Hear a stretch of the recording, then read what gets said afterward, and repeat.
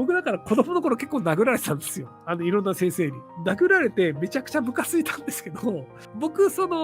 なぜ強い言葉で他人を罵倒するかっていうと、殴り合いになってもいいと思ってるんですよ。長時間労働で有給もほぼ取れません。日本に欧米型産業別労働組合ができるのはいつだと思いますか？できません。まあ、産業別労働組合作った方がいいよねって話を僕ちょこちょこしてるんですけど、要は1個の会社が、組合でストライキですって言っても、まあ、じゃあ別に例えばじゃあ、トヨタの会社がじゃあストライキですって言っても、じゃあ日産で買えばいいじゃんとか、ホンダで買えばいいじゃんってなるんですけど、じゃあその自動車を売ってる会社すべてが一斉にストライキを1ヶ月やりますってなると、もう1ヶ月間どこでも車を買うことができませんってなると、それだったらその自動車販売の会社っていうのもちゃんと給料上げた方がいいよねみたいになるので、なので産業で組合を作るべきですよねっていう話なんですけど、で、なんでこれがならないかっていうと、最近ね、ちょうど開き直したんですけど、自民党への献金額が多い上場企業ランキング、1位トヨタ自動車、寄付金額、1個1年間ね、6400万円、日立5000万円、キヤノン4000万円、日産自動車3700万円、野村ホールディングス3500万円、三菱重工業3300万円、大和証券3200万円、住友化学3100万円、東レ3000万円、パナソニック2800万円、三井物産2800万円、住友商事2800万円、三菱商事2800万円、日本製鉄2700万円、ホンダ2500万円、伊藤忠商事2500万円、日野自動車2100万円、三菱電機2000万円、スバル2000万円、丸紅2000万円、三菱 UFJ 銀行2000万円、三井住友銀行2000万円、みずほ銀行2000万円、三井不動産2000万円、東日本鉄道 JR2000 万円、東海旅客鉄道 JR 東海2000万円ということで、大企業が毎年毎年自民党に何千万円も払ってるので、そうすると産業別組合作るわけないでしょ。産業別だって組合作ったら、この人たちの献金もらえないんだよ。なので、毎年毎年こうやってお金がもらえるから、大企業というのは組合を作らないで、利益を享受して、労働者というのをずっと安い値段で使うことができますと。なので、派遣労働というのが日本でなぜ合法か。先進国で僕が知る限り、一般的な業種の派遣労働というのは違法なんですけど、で、そうじゃないのがなぜ日本は許されているかっていうと、大企業はこれぐらい献金を毎年毎年自民党にしているからって話だと思います。シリコンバレーのエンジニアはどうして給料が高いんですか？優秀な人はそれぐらい稼げるからです。例えばじゃあ、ゲームのアプリを作りました。で、一人でゲームのアプリを作って、年間に3000万円ぐらい稼げますって人であれば、給料で2000万円払ったとしても、会社は1000万円利益になるんですよ。なので、全然2000万円払ってもいいよねってなるんですよ。で、IT 系って、めちゃくちゃ利益率が高いんですよね。で、アメリカで、例えばアップルだったり、グーグルだったりっていうのは、スマホで何か、アプリに課金しますって払った場合の30%をアップルだったり、グーグルだったりが取るんですよ。なので、アップルとかグーグルってめちゃくちゃ優秀なエンジニアを雇って、お金払ったとしても、世界中の携帯電話で課金する人の3割が落ちてくるんで、全然元取れるんですよね。なので、トップオブトップの人を集めようっていうので、めちゃめちゃ優秀な人を集めるってなってるんですけど、で、アプリじゃなかったとしても、例えばAI の分野でいくと、オープン AI っていう、チャット GPT を作ってる会社で働いてる人っていうのをイーロン・マスクが、引き抜いて、んで、テスラの自動運転のシステムを作らせたんですけど、で、その後、どっかの会社にまたその担当者の人が引き抜かれたんですけど、で、その時の引き抜かれた額が1億円とかなんですよね。100万、100万ドル。なので、今で言うと1億5000万円ぐらい。でもそれの1億5000万円で、じゃあそのテスラのその自動運転の仕組みが作れるんだったら安いもんなんですよ。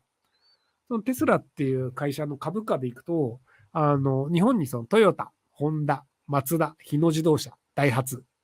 あとなんかあったっけ？日産。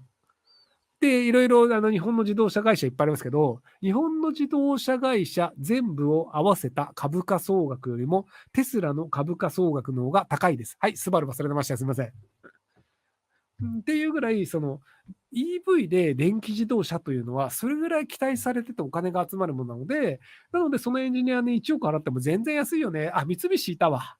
っていうので、エンジニアの値段が高いっていうのは、それは元取れるよねって話です。現在40代です。最近ジャニーズ問題で未成年への性加害について問題になってますが、私が高校生の時に未成年の生徒をボコボコにしまくっている先生が甲子園の監督として出ていたり、学校の教頭になったりします。全国的にこういうことが多いような気がするんですが、問題ではないでしょうか。僕ね、その体罰に関しては、実はある種賛成派なんですよね。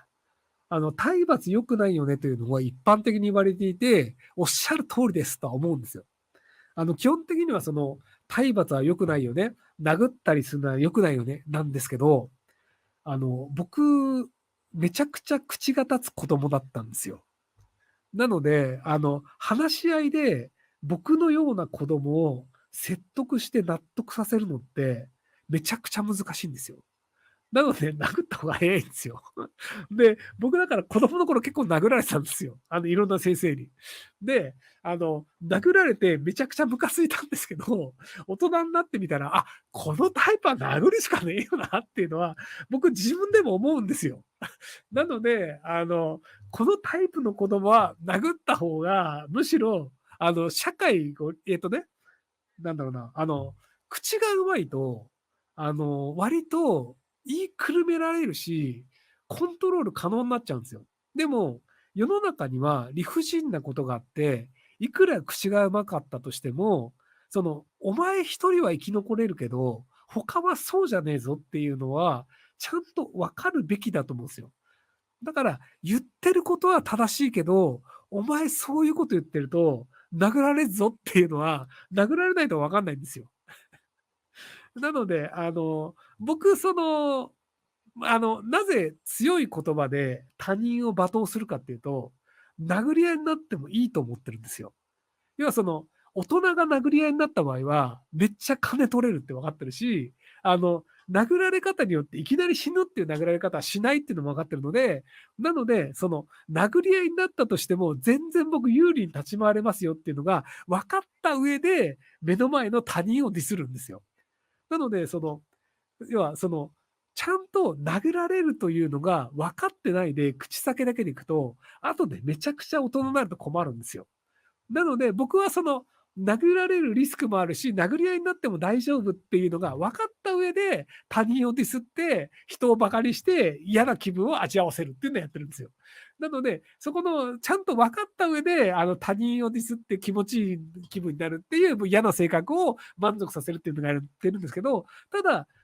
大人は殴ってきたら強いぞっていうのを僕はちゃんと子供の頃に教えてもらったので、本当に怒らせちゃいけないってはやらないんですよ。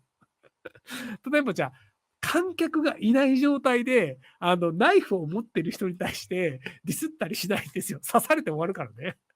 なので、観客がいて、最初の衝撃は避けられて、で、その後、止めようとした時に、自分一人じゃなくて周りを止めてくれるなって分かっていたら、多分ナイフ持ってるおっさんもディスるんですけど、なので、そこの物理的などういう状況で自分が立ち回ってちゃんと生き残れるかっていうのも分かった上でやるっていうところの差なんですよ。僕はアフリカでも口論を何回かやったと思うんですよね。ひろゆきアフリカに置いて、ひろゆき、世界の果てにひろゆきを置いてきたっていう、番組がアベマ TV にあるんですけど、で、その現地のアフリカ人とかで言い争いしてるんですけど、で、それも、いきなり拉致られない状況でしかやってないんですよ。なので、それもちゃんと理解してやってるっていうところを、分かっていただけると、はい。なので、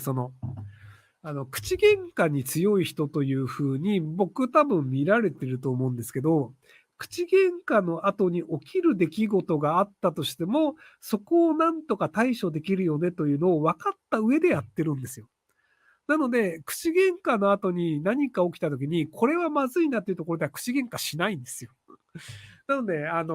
拉致られたりとか、要はテレビのカメラの前で見てる人は安全だと思うんですけど、言うても周りみんなアフリカ人で、一気に拉致って車乗せてバーンってどっか行ったら、もう助からんよねっていうところでもあるので、なので、そういう状況ではないところでしか争い事は起こさないっていうのをちゃんとやってます。はい。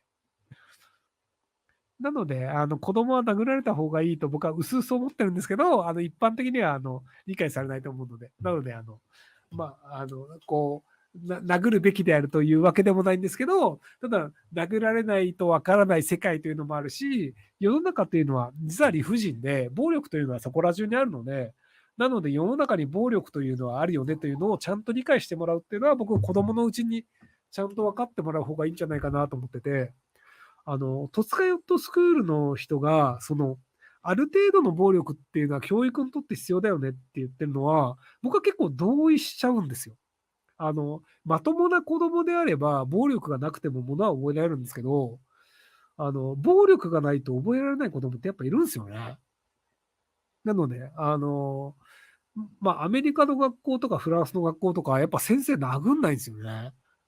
だから、僕みたいな子供いたらどうすんだろうってすごい思うんですよね。あの、例えば子供を家の外に追い出すという罰っていうのがあるんですよ。で、僕、幼稚園児の頃とか、家の外に追い出されて、鍵をかけられるというのが、すごく嫌なことだったので、泣いて親に謝るっていうのを多分やってたんですよ。で、小学生になってから、家追い出されて、鍵かけられて、で、外遊びに行ったんですよ。もうええわじゃあって言って、なんか外遊びに行って、イエーって遊んでて、で、親がこう、どれどれって様子見たら、誰もいないっていう状況になって、で、それ以来、僕は外に追い出されて鍵をかけられてる罰がなくなったんですよ。要は罰にならないとダメなんですよ。なので、怒られるというのが、罰な子供は口で怒って言えばいいんですけど、僕、他人がいくら何を言っても、あ、この人はそういうこと言うんだ、ふーんっていうので、聞き流せちゃうんですよね。なので、殴られない限り聞かないんですよ。殴られたら痛い、嫌だってなるんですけど、いくらなんか大人がこう一生懸命わめいたとしても、いい大人がわめいてらっしゃるみたいな感じで見ちゃうんですよ。なので僕、小学校でよく立たされたりとかしてたんですけど、それ物理的な罰がないと僕聞かないタイプなんですよね。